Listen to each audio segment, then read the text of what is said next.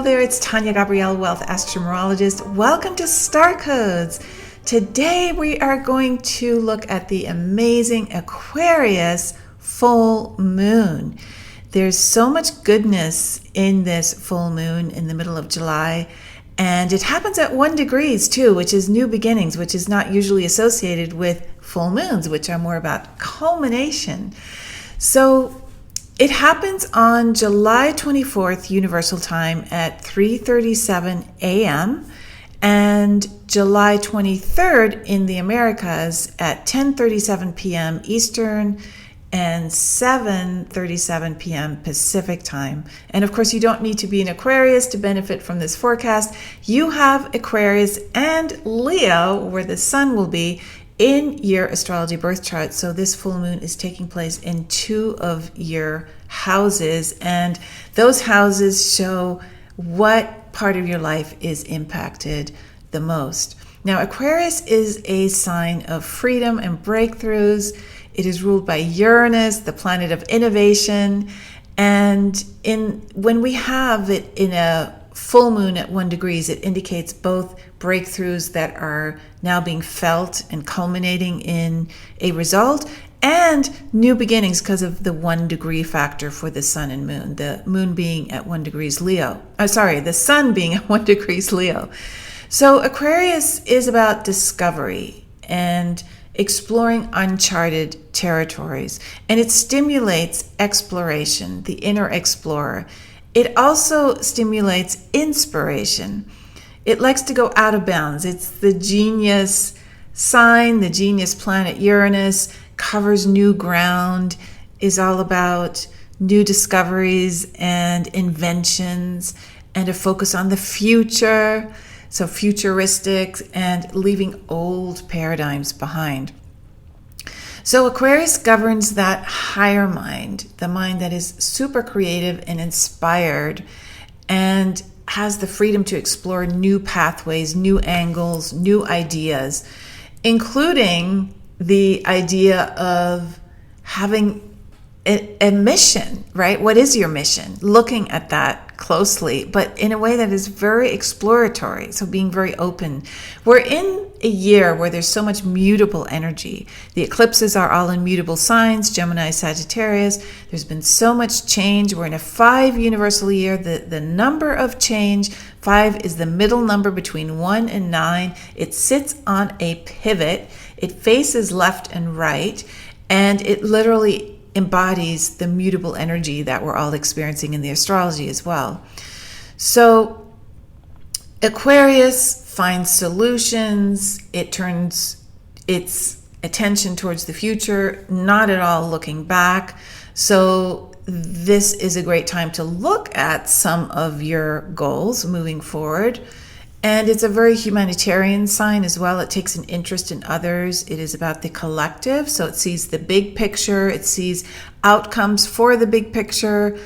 It looks at, well, are those good for moving into the future, or are those detrimental for moving into the future? So it's very eccentric, very brilliant, and loves surprises and unexpected results. It also governs, because of the group aspect, the 11th house in astrology is the one that's naturally ruled by Aquarius. It governs your friends and your networks and networking and groups, right? So the keywords really are seeking divine wisdom, seeking freedom, seeking higher knowledge. And the shadow side is being aloof, being inflexible, having a fear of engagement, or not getting involved, right? Now, let's look at the Numerology Code. The 24th of July, which is the universal time for this Aquarius new moon, is an 18 universal date. And so we have 24, which is a 6, love, nurturing, and 18, which is a 9, which is also about love, but unconditional love and making sure you get enough rest. Very similar to the new moon we had in Cancer, which was at 18 degrees. So this number 18 is prevalent in July. So it does mean that getting rest, rejuvenating, is an important theme for the month. Now, in the Americas, it happens on the 23rd, And that's the number of the royal star of the lion. It's very courageous, and it reduces to 5. 2 plus 3 is 5, and that is the same as our universal year. 2021 is a 5 universal year. 5 is aligned with Uranus and Aquarius because it is the number of freedom. And the whole date of July 23rd, 2021 adds up to 17, which is leaving a legacy behind and taking the lead. So this is a very powerful code, having the royal star of the lion and the immortality number 17. Really amazing. So as I said, the moon is at 1 degrees Aquarius, the sun at 1 degrees Leo, and 1 is about initiative. It's very much like the planet Mars. It moves forward, it is interested in a direction, and very creative, very inspired, not interested in what others feel, basically creating its own world. And so the transits are very interesting. The sun and moon don't really make any transits except for one. It's a quincunx to Jupiter, but there are a lot of transits between other planets, which are connections, geometric connections. So the sun creates a quincunx to Jupiter, and Jupiter is at 0 degrees at this point in Pisces. It is retrograding, and it will be going into Aquarius, which is the sign that this full moon takes place in, by the end of the month. So this is a very interesting connection to Jupiter, Jupiter being the planet of plenty, of fortune, of expansion, of wisdom, of justice. And we see that to the core, nothing can stop you from being happy. Everything is synchronized in an effortless way, aligned for you to feel good, to feel fortunate. So Jupiter and the sun when they are in contact, bring many opportunities. And with the quincunx, which is 150 degrees, you may have to look more closely at where those opportunities are, but you will find them, and there will be financial gains that you can create at this time. So your outlook on life is more optimistic. And then once Jupiter retrogrades back into Aquarius, that connection will be even more activated, right? Jupiter raced through Aquarius between mid-December of 2020 until mid-May, when it actually went into Pisces. And now it's in a sign that it absolutely loves and has been blessing us in so many ways, which you can listen to in other Star Code podcasts. But the gratitude is the key here, is to just feel such gratitude for your joy, for your successful results. Other transits that are not connected to the sun and moon but are happening during the full moon in Aquarius are Mercury is trine to Neptune, and this is beautiful. It's so imaginative. It's basically immersing yourself to enjoy wandering into your imagination. Nonverbal communication is what Neptune is focused on now. So trusting your intuition and listening and watching body language and sensing what's going on, because you can really see the big picture when you trust that sense that you have. You're very compassionate, very empathetic. So when you do speak, it is with kindness. So it's a great time to dive into your dreams, your visions for yourself, into topics that are off-world, right? That's what Neptune governs, those topics that are off the beaten path, and see the magic in all of it. Venus is opposite Jupiter, and Mars is opposite Jupiter. And remember, Jupiter has that connection to the sun in Leo during this full moon. So Venus opposite Jupiter, the two benefics, is really about celebrating and enjoying who you are and not worrying about anything really, just being very, very playful, being social. Guard against doing too much of a good thing, but take the time to maybe enjoy a holiday break at this time.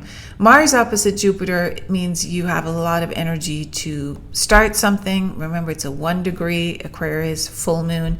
So it really is good for new beginnings, business success, just guard against impulsiveness, right? Jupiter expands everything, and in opposition to Mars, it can expand sort of this aggression or impatient or impulsiveness. So use your energy wisely.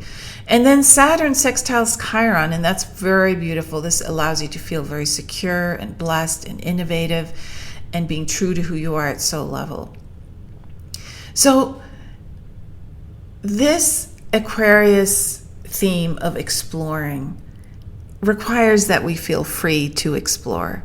But sometimes we feel guilty, and there's this sense of fear of what might happen if we move forward and explore what we really want to explore, right? Fear holds us back, and that creates suffering. And Aquarius governs being fearless. So the use of your inspiration, your inspirational higher mind, which is inspired by love, is very, very important now, because if you stick to the fear that keeps you believing your lower vibrational thoughts about yourself, about others, about life, those nearly are all useless, right? When you take the time to look at those lower vibrational thoughts, you discover that so little of them actually resonate. So little of them are true or helpful. And the fact is that if you never turn to those thoughts again, you will never miss them, because they actually don't add anything to your life. They've never helped you rise above and thrive and find your way. So there really is no peace and no relaxation, no gratitude. There's no love when you listen to those lower vibrational thoughts. They never let you rest. They're never good enough.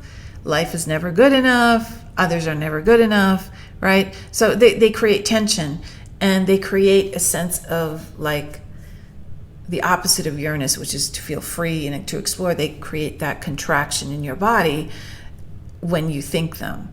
And by the way, listening to your body is the key here, because your body always will tell you, if you start listening to the subtle signs that your body emanates all the time, what you need to know about what's going on. So if you feel contraction in any place in your body, it is a form of suffering and a sign of disconnection from source, a sign that you need to align with something truer and more real and more loving than that thought stream in your head. So you experience that, the Aquarian theme, you experience that by taking a risk. That puts you in the present moment. Risks is what Aquarius is all about. So you say no to that which takes you away from, anything that takes you away from your sweet nature, that you have to say no to the thoughts of fear, right? The thoughts of, oh no, what will happen if I do this? Your mind is making that up, because how can you know? It's just fantasies. Those feelings in your body, the contraction and tension, then become a self-fulfilling prophecy, and they convince you that the fears are real, because you're feeling tense, you feel afraid, and it's like a hamster wheel. They're not real. So when you think about, well, why do we have fearful thoughts? Well, the ego loves those fearful thoughts. So their sole purpose is to get you into your egoic way of thinking, right? So fear is the quickest way to get you into egoic thinking. A fearful thought has nothing to do with what's actually happening. It doesn't help you cope. It doesn't do anything that helps you in any way. And so when you consider that Aquarius rules the 11th house, which is the house of groups, the collective, and the future, you can see how fearful thoughts, which only pertain to fear of the future, they don't arise as a prediction of the future, right? They're not arising as a prediction of an actual event. They literally are just fantasies that are negative.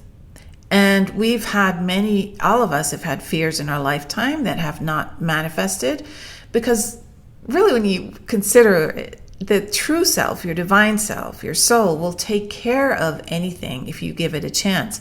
But you must listen to something aside your thoughts. You must listen to your inner guidance.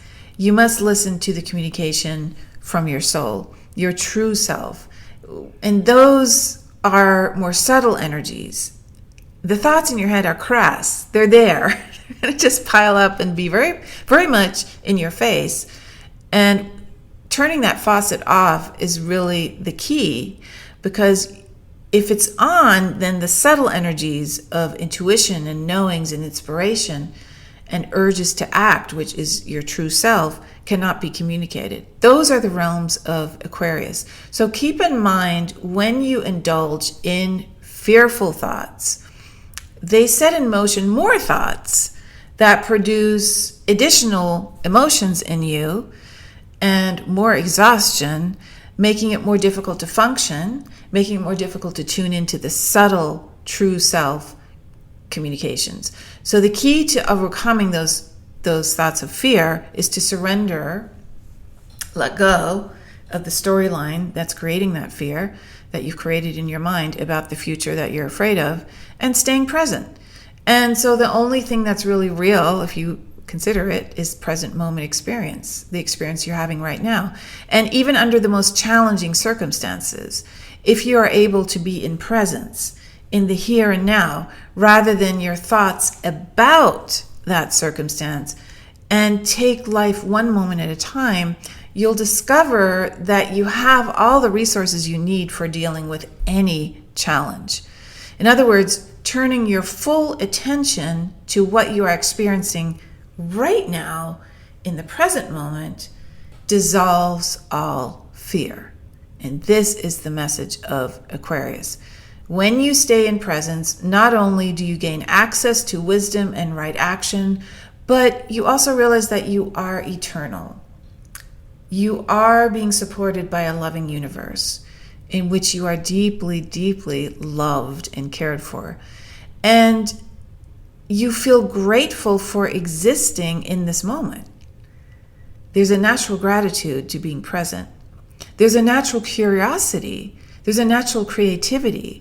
There's a natural interest in what's going to happen next, but it is rooted in the present. So this is very Aquarian energy, this curiosity, right?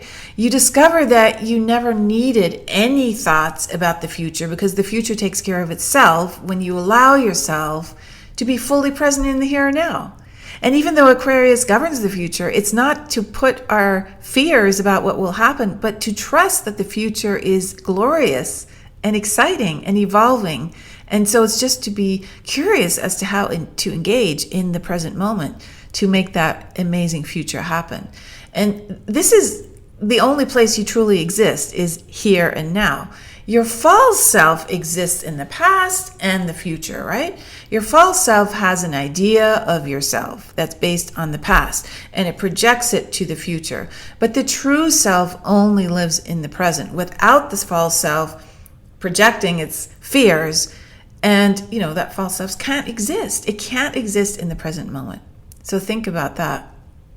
Consider that, because when you understand that the false self dissolves as soon as you land here and now, that's pretty amazing, because then all that's left is awe and beauty and love and peace. And those are the qualities of the true self. Those are your natural qualities. So just trust that fear is an illusion. So surrendering is the key to the discovery that Aquarius represents. Ask for help and surrender to the divine, surrender to source. You're never alone, unless that's what you choose. You have the strength of the universe behind you if you just ask for it. Talk to your guides. Be in a place of connection. Use that ability to communicate, that Aquarian higher communication ability, right? Aquarian governs higher technology. So be in that place where you truly are inspired, and allow yourself to be inspired by asking your guides to support you with everything, your whole day long, right? That takes you into present moment awareness, because you're sending gratitude at the time that you're also connecting and acknowledging that there is a higher source. So it's a very powerful, lovely, beautiful Aquarius full moon. And it is a time for new beginnings. because of the 1 degree. So I highly recommend that you just take the time to enjoy yourself. And because it happens on a Friday in the Americas, Saturday in everywhere else in the world, again, it's perfect timing to just indulge in that incredible energy of exploration and adventure and trust. So enjoy that, and also remember to discover your own soul code at starcodeclass.com. There's a free masterclass for you where we dive into your life purpose, your destiny, your numbers code. You can read others, see what they're all about so you can be more compassionate towards them. And like I said, it's free. You get a handout. So enjoy that at starcodeclass.com. And I will see you next week for our next Star Codes podcast. Lots of love.